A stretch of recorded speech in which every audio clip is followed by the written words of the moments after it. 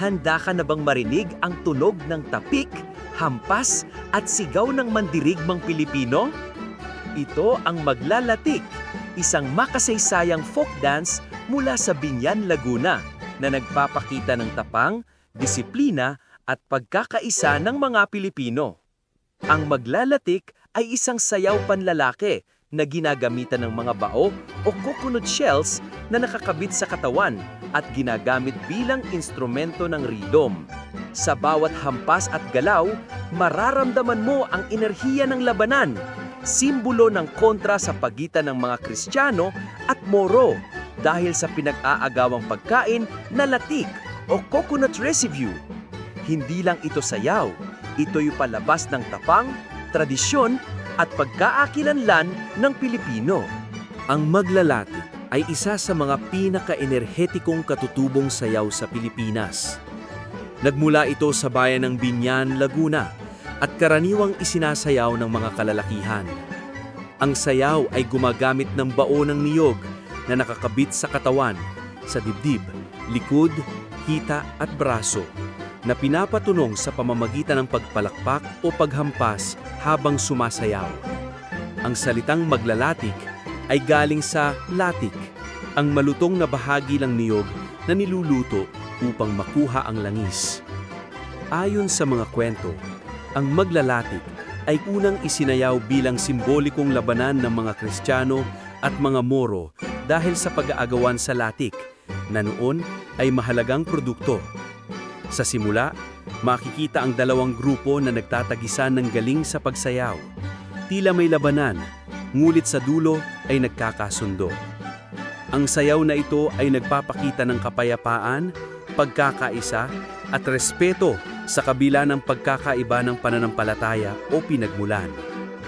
Ang mga mananayaw ng Maglalatik ay karaniwang nakahubad sa itaas, suot lamang ang bahag o pantalon na katutubo, at may mga bao ng niyog bilang dekorasyon at instrumento. Ang ganitong kasuotan ay nagpapakita ng lakas, tapang, at pagiging handa sa anumang hamon. Bukod dito, ang paggamit ng bao ay simbolo ng pagiging maparaan ng mga Pilipino. Ginagawang sining ang mga simpleng bagay mula sa kalikasan. Ang ritmo ng Maglalatik ay masigla at mabilis. Sa bawat hampas ng bao, may tugno na nakikipaglaro sa bawat galaw.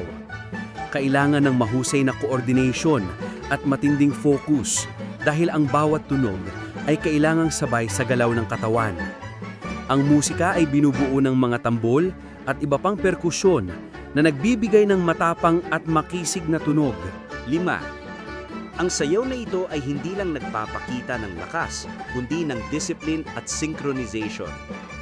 Kailangang sabay-sabay ang bawat grupo para maging maayos ang tunog ng mga bao. Sa ganitong paraan, nakikita ang diwa ng pagtutulungan at pagkakaisa. Para bang sinasabi ng sayaw na ito, kahit may laban, mas matimbang pa rin ang pagkakaunawaan. 6. Isa rin itong sayaw ng tradisyon at kabuhayan. Dahil mahalaga ang niyog sa buhay ng mga Pilipino, ang Maglalatik ay parang pasasalamat sa biyayang dulot ng puno ng niyog, mula sa pagkain hanggang sa kabuhayan. Sa bawat hampas ng bao, tila isinasayaw ng mga mananayaw ang kanilang koneksyon sa kalikasan at sa kanilang araw-araw na pamumuhay. 7. Ang Maglalatik ay madalas isinasayaw sa mga pistahan at cultural festivals. Sa mga ganitong okasyon, nagsisilbing itong highlight performance dahil sa kakaibang enerhiya at sigla ng mga mananayaw. Kapag tumunog na ang mga bao, agad itong nakakakuha ng atensyon ng mga manunood. Ang bawat galaw ay nagpapakita ng disiplina at tapang. Ngunit sa huli, kapayapaan ang mensaheng ipinaparating. Sa aspeto ng edukasyon, ginagamit ang Maglalatik bilang halimbawa ng coordination, teamwork at rhythm training.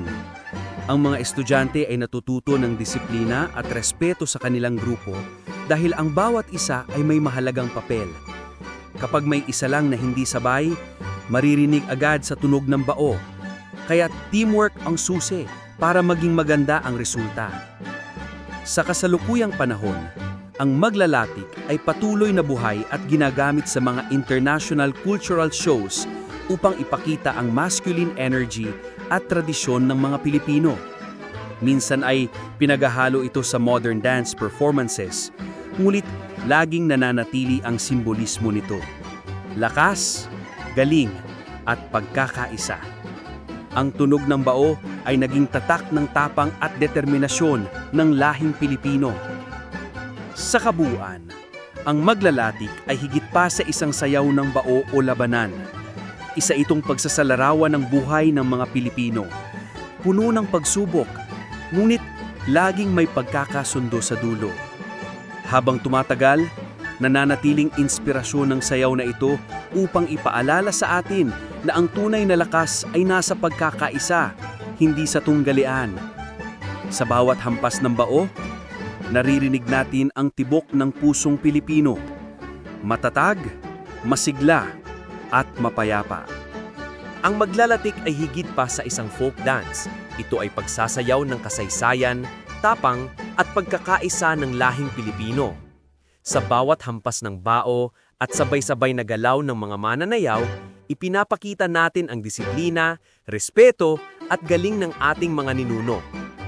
Hanggang ngayon, patuloy na isinasayaw ang maglalatik sa mga pista at paaralan, patunay na ang diwa ng Pilipino ay buhay at matatag.